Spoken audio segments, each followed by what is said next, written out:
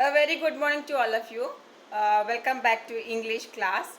Today we are going to discuss the lesson number 6 from Flamingo Poets and Pancakes, which is written by Ashoka Mitran. So we have completed, discussed the summary and the paragraph wise also I have explained you. Introduction also given about the author also I have explained you. Now today we are going to discuss the question answers of this lesson. So here is the first question which can be asked in your examination. Why is the Englishman's visit referred to as unexplained mystery? So answer will be this way. Visit of the Englishman raised many queries and doubts in the minds of those who were working in Gemini studios. The Englishman's name was unfamiliar and his credentials were too unconfirmed. No one could understand his speech, so everyone wondered why he had come to a film studio that made Tamil films for simple people who had no interest in English poetry. Question number 2. Who was the English visitor to the studios and what was the purpose of his visit? I repeat the question. Who was the English visitor to the studios and what was the purpose of his visit? You can write the answer in this way. Englishman who visited the studios was Stephen Spenter. He was an English poet and editor of a British periodical, The Encounter. He visited the studio to deliver a speech at the invitations of Mr. Watson, who was the boss of Gemini Studio. He was unable to establish a rapport with his day's audience. No one really understood the purpose of his visit. Even his identity was discovered by Ashoka Mitran years later, that too by sheer chance. Now the third question. What was MRA and why it was welcomed at Gemini Studios? I repeat the question. What was MRA and why it was welcomed at the Gemini Studios? The MRA, the Moral Rearmament Army, the MRA, the Moral Rearmament Army was a kind of counter movement to international communism. They were welcomed at the Gemini studios due to their political affiliations. The big boss of the studio, Mr. Watson, literally played into their hands. Also, people at the Gemini studios were averse to communism. So, the Moral Rearmament Army could not have found a better host in India than the Gemini studios, who welcomed them warmly. Now the question number 4. How does the author describe the incongruity of an English poet addressing the audience at Gemini Studios? Answer is this way. English poet's address was a complete misfit in the midst of the Tamil knowing audience at Gemini Studios. His speech was incongruous and his accent so indistinct that no one actually understood a word of what he said. He was talking about the thrills and the trials of an English poet to a dazed audience. Finally, neither the Englishman himself nor his audience understood why they were going through the entire ordeal. Now the question number 5. Why did everybody in the studio think of giving author some work to do? I repeat the question. Question number 5 is, why did everybody in the studio think of giving the author some work to do? You can write the answer in this way. Author's job was to cut out newspaper clipping on a wide variety of subjects and store them in files. Most people saw him doing this and considered it as useless work, as they felt he was doing next to nothing. So everyone in the studio thought of giving the author some work to do. Now the sixth question. You have completed the fifth question. Now we are moving to the sixth question. The question is that why did the boy in the makeup department come to the author? Why was the author praying for crowd shooting all the time? You write the answer in this way. The boy in the makeup department thought that he had a great literary talent and he wanted to enlighten the author how this talent was being allowed to go waste and that the department was fit for barbers and perverts. The author was very eager to avoid his epical narration, so he prayed for crowd shooting all the time to keep the boy busy. Now the seventh question. Who was Shubhu's enemy and why? I repeat the question. Who was Shubhu's enemy and why? Shubhu's enemy was the boy at the makeup department. All his anger and frustrations were directed against him. The boy was convinced that Shubhu was the cause of his woes and miseries. This boy was jealous of Shubhu's rising stars, his success and his intimacy with the boss. Now the question number 8. What was the positive qualities of Shubhu that the writer admired? You can write the answer in this way. Writer admired Shubhu as he was a multifaceted genius and gave a new direction and definition to Gemini Studios. Shubhu knew the technicalities and details of filmmaking and was a very good actor and writer. He was civil, friendly and completely devoted to his boss, Mr. Vasan.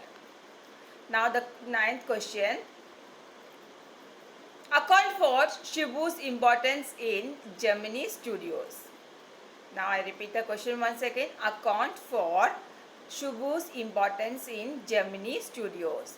You write the answer in this way. Shubhu was a multifaceted genius. He was a poet, a writer and a great actor.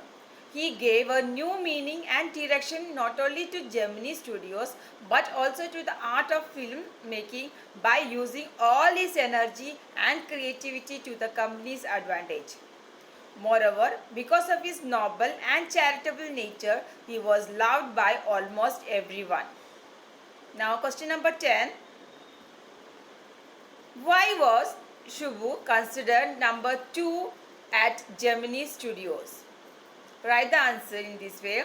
Shubhu was a go-getter and made a position for himself in the studios by pushing his way to the forefront with a flattery. Mr. Vasan was a boss at Gemini Studios and Shubhu, his right-hand man, became the number 2 at Gemini Studios. Shubhu used his entire creativity to his boss' advantage.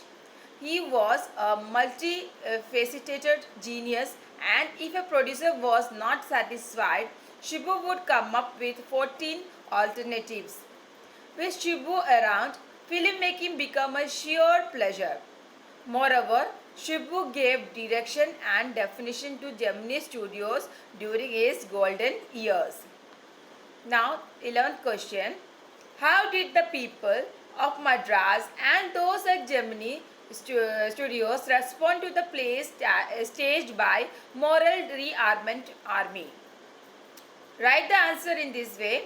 The Moral Rearmament Army presented 2 plays, Jotham Valley and The Forgotten Factor, in a very professional manner. The people at Gemini Studios saw the plays over and over. Though the message was plain, the costumes and sets was first rate. These plays ran several shows in Madras and left a great impact on the studios and on Madras in general. For some years, almost all Tamil plays imitated the scenes of sunrise and sunset of Jotham Valley. Now the 12th question. Why was the Moral Rearmament Army welcomed at the Gemini Studios? You can write the answer in this way. Moral Rearmament Army was a kind of counter movement to international communism. The big boss of Gemini Studios, Mr. Vasan, literally played into their hands. People at Gemini Studios had an aversion to communism. So the Moral Rearmament Army could not have found a better host in India than the Gemini Studios, who welcomed them warmly. Give one example to show that Gemini Studios was in next question, 13th question. I am reading the 13th question. Give one example to show that Gemini Studios was influenced by the plays staged by MRA. Answer is this way. The MRA staged two plays, Jotham Valley and The Forgotten Factor. These were presented in the most professional manner.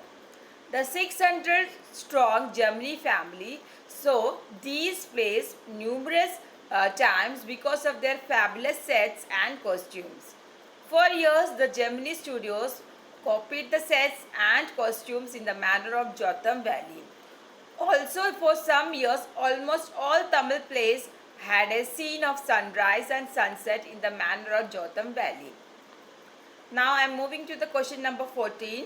The question goes here like that. Which example of national integration in Gemini Studios is given in Poets and Pancakes? I repeat the question. Which example of national integration in Gemini Studios is given in Poets and Pancakes? You can write the answer in this way. The makeup department of the Gemini Studios gave a rare example of national integration. The department was first headed by a Bengali who was succeeded by a Maharashtrian.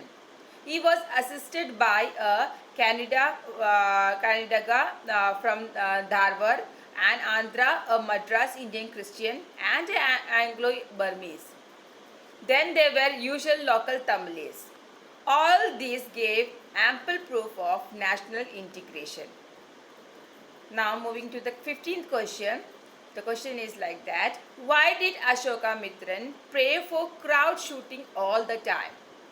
Answer is, Ashoka Mitran was wrongly believed to have nothing to do, so the office boy often came to his cubicle to give an outlet to his frustrations and stress.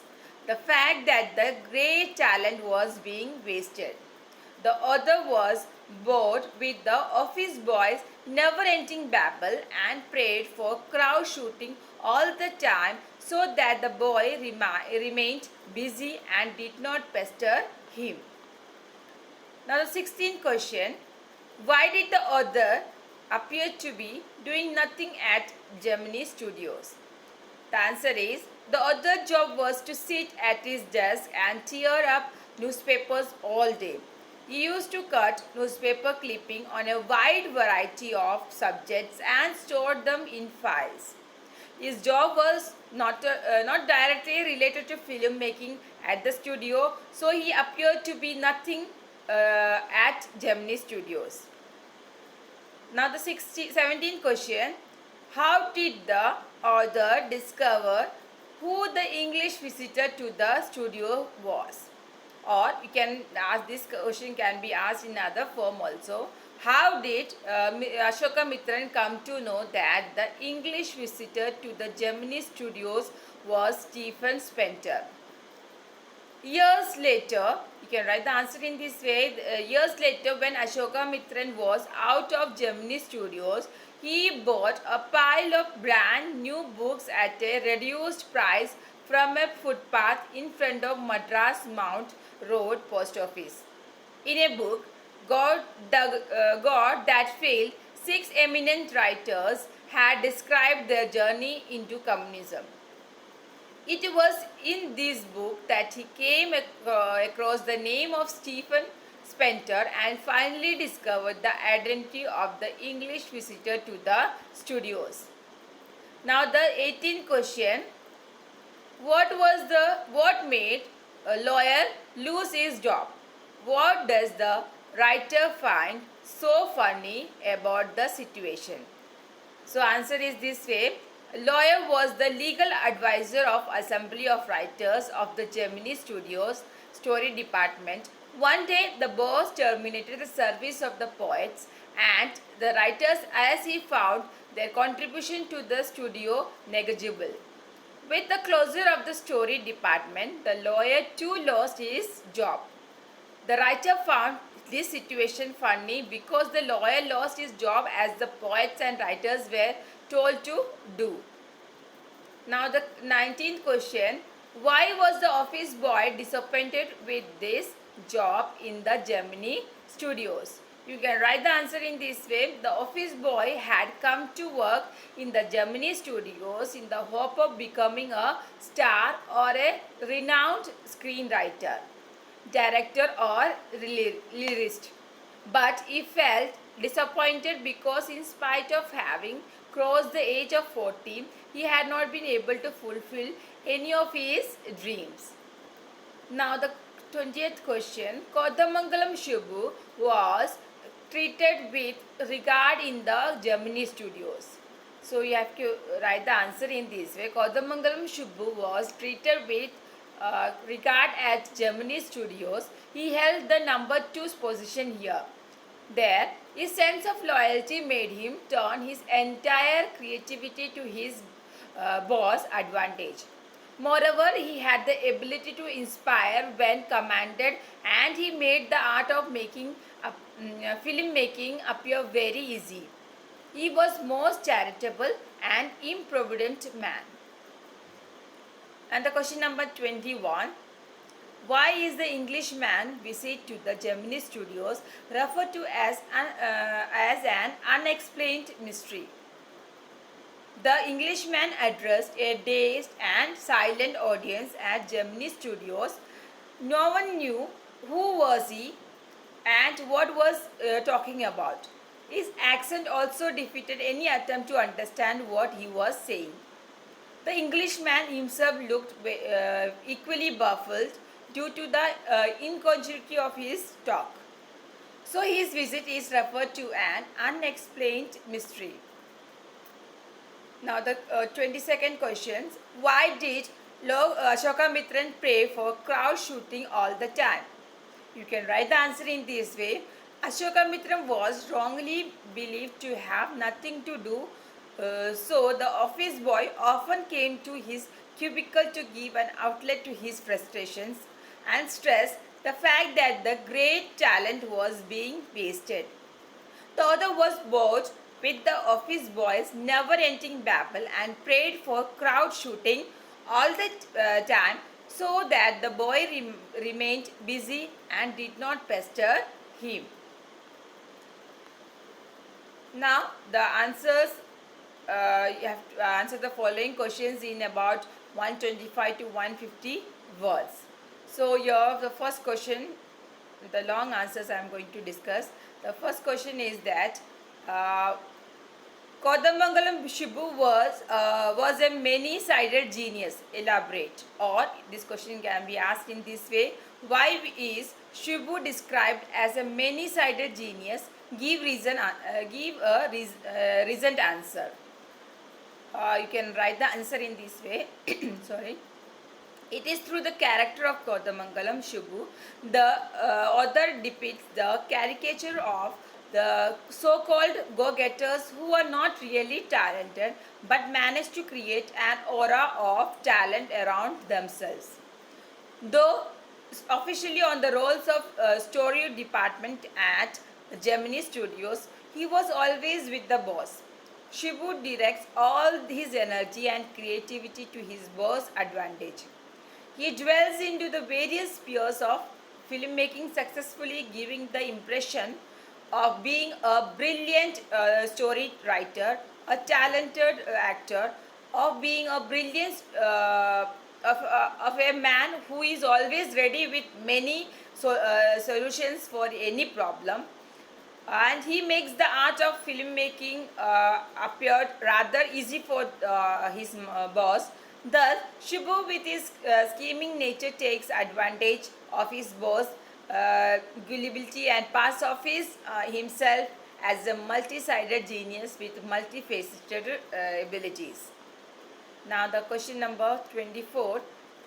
Ashoka Mitran used humor and satire effectively in Poets and Pancakes. Discuss. Or this question can be asked in other form also.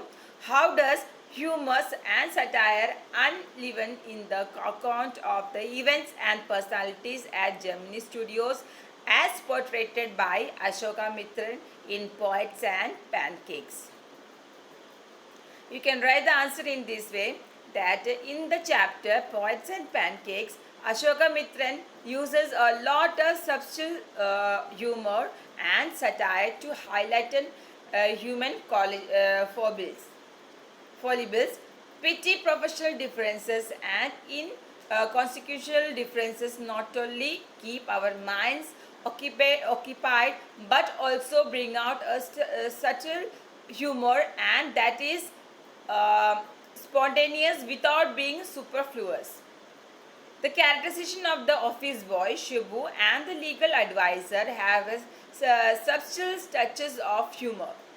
Ashoka Mitran's chatty style changes from one thought to the another rather quickly. For example, he makes fun of the makeup applied to artists, which can change any decent looking person to a hideous crimson hued monster. Such references invoke laughter. The purpose of the visit of the Moral Rearmament Army and the English poet also baffles everyone. Satire is also directed towards people who are against communism and can go to any length to oppose it. The writer's tone of the ridicule is devoid of the slightest trace of mockery, which is most commendable. Now, the question number 25th here goes like that. Shibu was a tailor made for films. How did he use his genius in various activities in the Gemini studios? So you can write this answer in this way. The author portrays Shibu as a man of versatile abilities who could delve into various aspects of filmmaking successfully. Shibu had mastered all the arts related to filmmaking, ranging from story writing to poetry and characterization. He was, in fact, tailor made for filmmaking.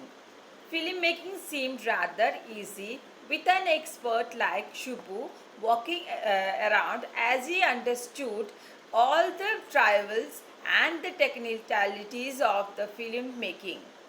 Shibu was the one who gave a new direction and definition to the Gemini Studios during its golden years.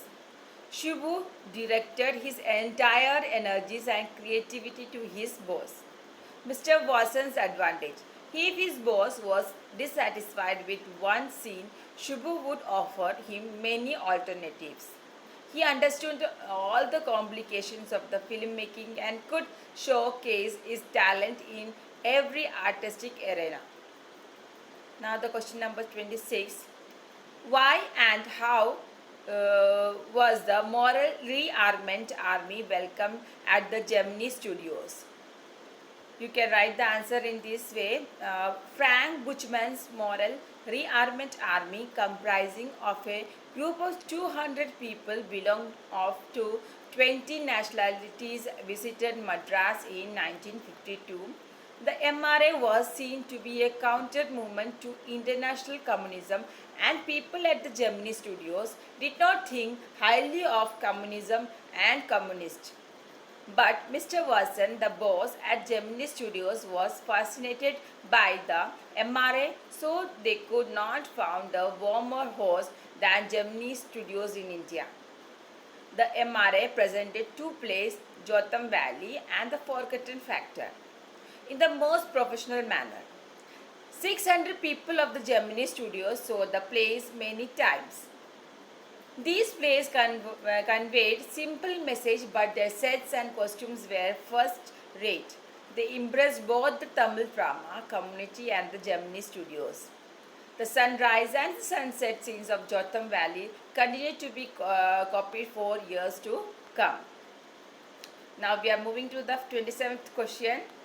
The question is this way. The Shibu was a troubleshooter. Do you agree with this statement? Give an account of Shibu's qualities of head and heart. I repeat the question once again. Shibu was a troubleshooter. Do you agree with this statement? Give an account of Shibu's qualities of head and heart. Shibu was a perfectly selfish go-setter who brought him close to his boss and shoot him into number 2 position at Gemini Studios. He was very convenient person who took advantage of his boss' gullibility and portrayed himself as a rather competent and able person.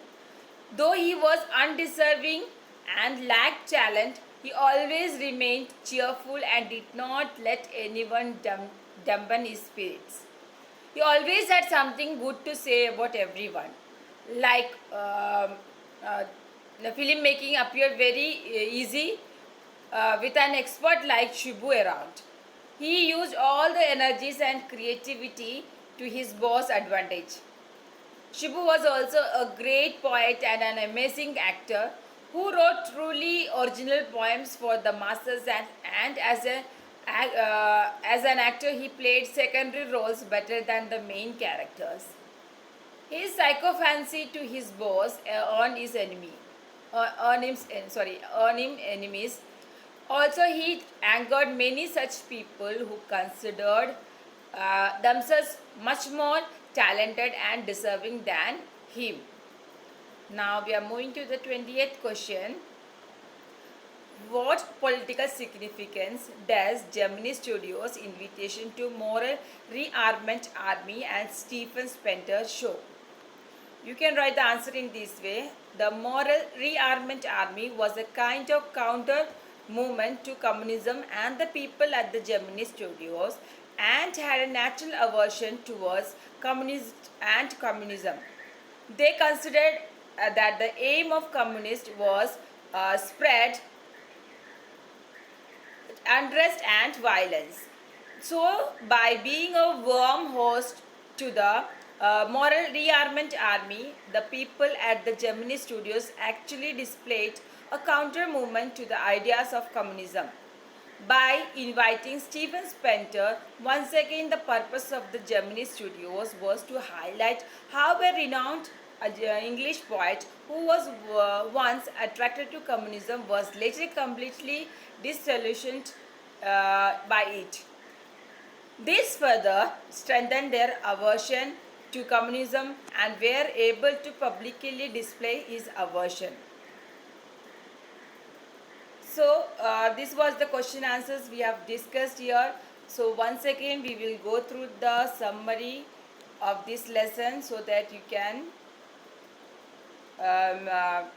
learn it properly. I am going to do the recap of the introductions and the summary.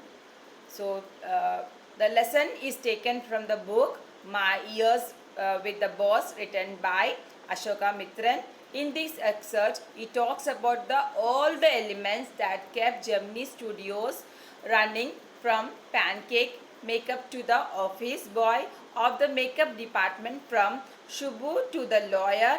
Every element helped in making Gemini Studios a successful producing company.